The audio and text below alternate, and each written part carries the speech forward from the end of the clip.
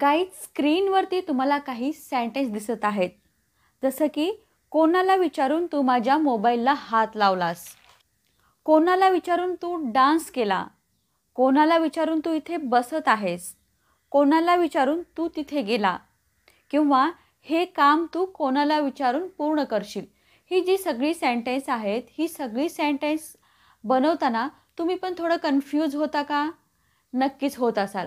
मला माहीत आहे की तुम्ही नेमकं कन्फ्यूज कुठे होता. आता तू डान्स केला हे तर सेंटेन्स तुम्ही बनवू शकता, पण कोणाला विचारून यासाठी इंग्लिशमध्ये काय लिहायचं? तसंच प्रत्येक सेंटेन्समध्ये तसंच आहे. तू इथे बसत आहेस याची इंग्लिश तुम्हाला येते, पण प्रश्न तोच आहे की कोणाला विचारून यासाठी इंग्लिशमध्ये काय यूज करायचं हे बऱ्याच जणांना माहीत नसतं. गाईज आजच्या व्हिडिओमध्ये हे सगळं कन्फ्युजन आपण दूर करणार आहोत, तर व्हिडिओ शेवटपर्यंत जरूर बघा. आता इथे बघा, कोणाला विचारून तू काही केलं असं जेव्हा वाक्यात बोललं जातं तेव्हा अंडरस्टूड आहे की तो प्रश्न करत आहे. म्हणजे तुम्ही जेव्हा असं जेव्हा असं तुम्ही बोलता, असं सेंटेन्स बोलता की कोणाला विचारून तू काहीतरी काम केलं किंवा कोणाला विचारून तू काही काम करशील, अशा प्रकारचं जे काही सेंटेन्स असतं ते सेंटेन्स जेव्हा तुम्ही बोलता त्यावेळेस हे अंडरस्टूड असतं की तो काय आहे, प्रश्न करत आहे. म्हणजेच तो इंट्रोगेटिव्ह सेंटेन्स आहे. बरोबर. जेव्हा अशी सेंटेन्स येतील तेव्हा तुम्ही यूज करायचं आहे बाय आस्किंग होम. क्लिअर? यासाठी तुम्हाला काय यूज करायचं आहे? By asking home. आता इथे बघा, बाय आस्किंग होम, कोणाला विचारून. क्लिअर झालं? आता इथे एक्झाम्पल बघा, कोणाला विचारून तू आत आलास. हे जे सेंटेन्स आहे ह्या सेंटेन्समध्ये बघा, मी तुम्हाला सांगितलं की कोणाला विचारून यासाठी तुम्हाला बाय आस्किंग होम लिहायचं आहे. ॲज इट इज तुम्ही बाय आस्किंग होम लिहिलं. आता तू आत आला हे सेंटेन्स आहे. सिम्पली हे सेंटेन्स आपल्याला माहीत आहे की सिम्पल पास्ट टेन्सचं सेंटेन्स आहे आणि सिम्पल पास्ट टेन्समध्ये आपण काय करतो, वर्बचं सेकंड फॉर्म लिहितो. करेक्ट? आता हे सेंटेन्स यू केम झालं. Bye asking home you came असं सेंटेन्स बरेच जण बनवतील, पण हे सेंटेन्स एकदम रॉंग आहे. बाय आस्किंग होमपर्यंत एकदम बरोबर आहे, पण जे नंतरचं सेंटेन्स आहे तू आत आला हे सेंटेन्स तुम्हाला इंट्रोगेटिव्ह बनवायचं आहे. कारण काय? कारण ह्याच्यात क्वेश्चन विचारला आहे म्हणून. जर इंट्रोगेटिव्ह सेंटेन्स बनवलं तर काय होईल इथे? Bye asking home did you come. Bye asking home did you come म्हणजे तू कोणाला विचारून आत आलास. आता तुम्हाला इंट्रोगेटिव्ह सेंटेन्स कसे बनवायचे आय होप तुम्हाला माहीत असतील. जेव्हाही कधी तुम्ही इंट्रोगेटिव्ह सेंटेन्स बनवता त्यावेळेस तुम्हाला हेल्पिंग वर्ब पहिल्यांदा लिहायचं असतं आणि त्याच्यानंतर तुम्हाला लिहायचं असतो सब्जेक्ट. सब्जेक्टच्या नंतर वर्ब लिहायचं असतं. आणि सिम्पल पास्ट टेन्समध्ये ज्यावेळेस आपण हेल्पिंग वर्ब किंवा इंट्रोगेटिव्ह किंवा नेगेटिव्ह सेंटेन्स बनवतो तिथं डीडचा यूज करतो आणि वाक्यात डीड आल्यामुळे आपण वर्बचं तिथे फर्स्ट फॉर्म लिहितो. क्लिअर झालं? आता तुमच्या लक्षात आलेलं असेल की याचं स्ट्रक्चर काय असणार आहे. बाय आस्किंग होम प्लस जेही सेंटेन्स असेल त्याचं इंट्रोगेटिव्ह तुम्हाला बनवायचं आहे according to tense wise. Clear? ज्याही टेन्सचं सेंटेन्स असेल ते सेंटेन्स तुम्हाला इंट्रोगेटिव्ह सेंटेन्स बनवून लिहायचं आहे. याचे आपण एक्झाम्पल बघूया. कोणाला विचारून तू डान्स केला. आता कोणाला विचारून यासाठी आपण काय लिहिणार? Bye asking home. बरोबर. तू डान्स केला. तू डान्स केला हे सिम्पल पास्ट टेन्सचं सेंटेन्स आहे, पण इथे आपल्याला इंट्रोगेटिव्ह म्हणजेच क्वेश्चन बनवायचं आहे. म्हणजे इथे क्वेश्चन करायचं आहे. तर काय होईल? Did you dance. पूर्ण sentence by asking home did you dance. Interrogative सेंटेन्सचं तुम्हाला मी फॉर्म्युला सांगितला आहे. पहिल्यांदा काय लिहायचं आहे तसंच तुम्ही बनवायचं आहे. क्लिअर? नेक्स्ट, कोणाला विचारून तू इथे बसत आहेस. कोणाला विचारून? Bye asking home. तू इथे बसत आहेस हे जे सेंटेन्स आहे हे सेंटेन्स आहे कॉन्टिन्युअस टेन्स. प्रेझेंटच्या कॉन्टिन्युअस टेन्सचा सेंटेन्स आहे. मग याला हे तर सिम्पल सेंटेन्स आहे. आता याला तुम्हाला इंट्रोगेटिव्ह बनवायचं आहे. इंट्रोगेटिव्ह बनवल्यानंतर काय होईल? आणि कंटिन्युअस टेन्समध्ये आपण एम, इज, आर प्लस वर्बच्या ING फॉर्मचा यूज करतो. बनवा interrogative sentence. Are you sitting here. पूर्ण सेंटेन्स काय होईल? By asking whom are you sitting here. By asking whom are you sitting here. I hope समजत असेल. जेवढे इंग्लिश सेंटेन्स तुम्ही डेली यूजमध्ये बोलाल तेवढाच तुमचा कॉन्फिडन्स लेवल बिल्डअप होईल.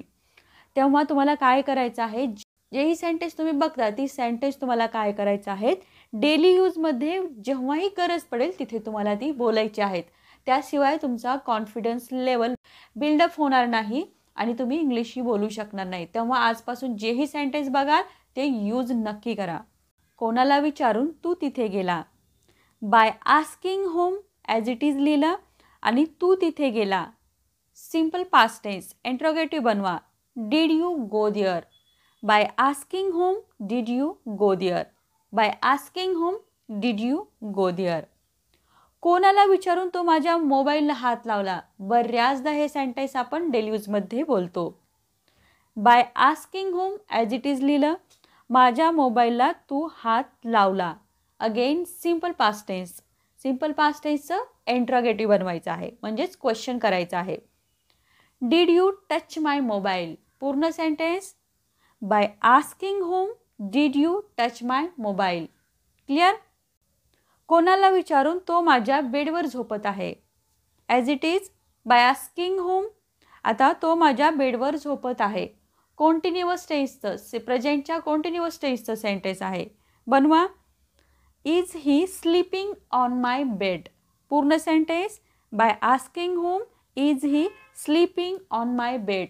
इज कुठे यूज करायचं, आर कुठे यूज करायचं हे तुम्हाला आय होप माहीत असेल. नसेल तरी मी इथे तुम्हाला साईडला दिलेलं आहे कधी यूज करायचं ते नक्की बघा.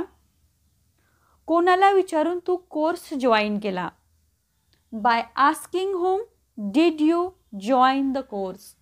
Bye asking home did you join the course. हे काम तू कोणाला विचारून पूर्ण करशील. आता इथे क्वेश्चनच आहे पण पॉझिटिव्ह क्वेश्चन आहे. आतापर्यंत जे सेंटेन्स आपण बनवले ते सेंटेन्स कसे, तुम्ही ज्यावेळेस रागात असता किंवा रागाने बोलता तशा प्रकारची सेंटेन्स होतं की कोणाला विचारून तू डान्स केला. म्हणजे ह्याच्यामध्ये काय होतं, एक अँगर काय होतो तुम्हाला दिसतो.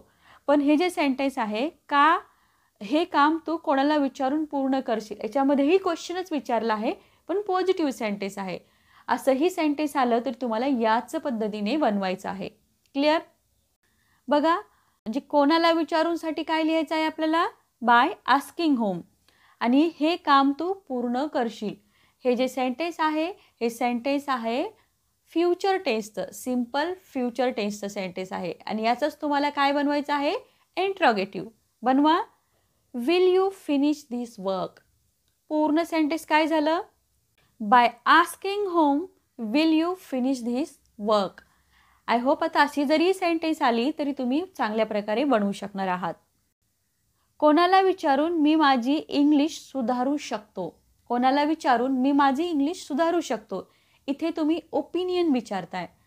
यामध्ये सुद्धा तुम्हाला तोच फॉर्म्युला यूज करायचा आहे पण इथे जे हेल्पिंग वर्ब्स असणार आहेत ते थोडे डिफरंट आहेत. बघा, कोणाला विचारून बाय आस्किंग होम मी माझी इंग्लिश सुधारू शकतो. हे जे सेंटेन्स आहे हे सेंटेन्स बघा शकतो आलेलं आहे. म्हणजे याच्यामध्ये तुम्ही एखादी गोष्ट कसं करू शकता, कॅपेबिलिटीबद्दल तुम्ही बोलत आहात तर तुम्हाला इथे कॅनचा यूज करावा लागेल. आणि कॅनचं काय, इंट्रोगेटिव्ह म्हणजेच क्वेश्चनवाला तुम्हाला सेंटेन्स बनवायचा आहे.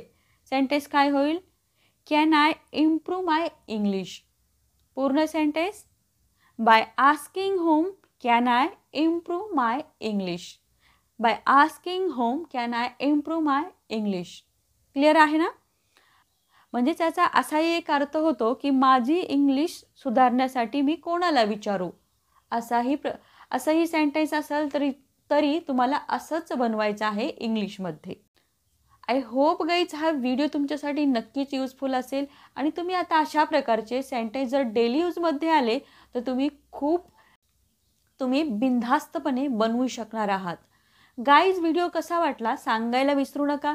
व्हिडिओ आवडला लाईक करा, शेअर करा आणि चॅनलवरती जर तुम्ही नवीन असाल तर चॅनलला सबस्क्राईब करायला विसरू नका.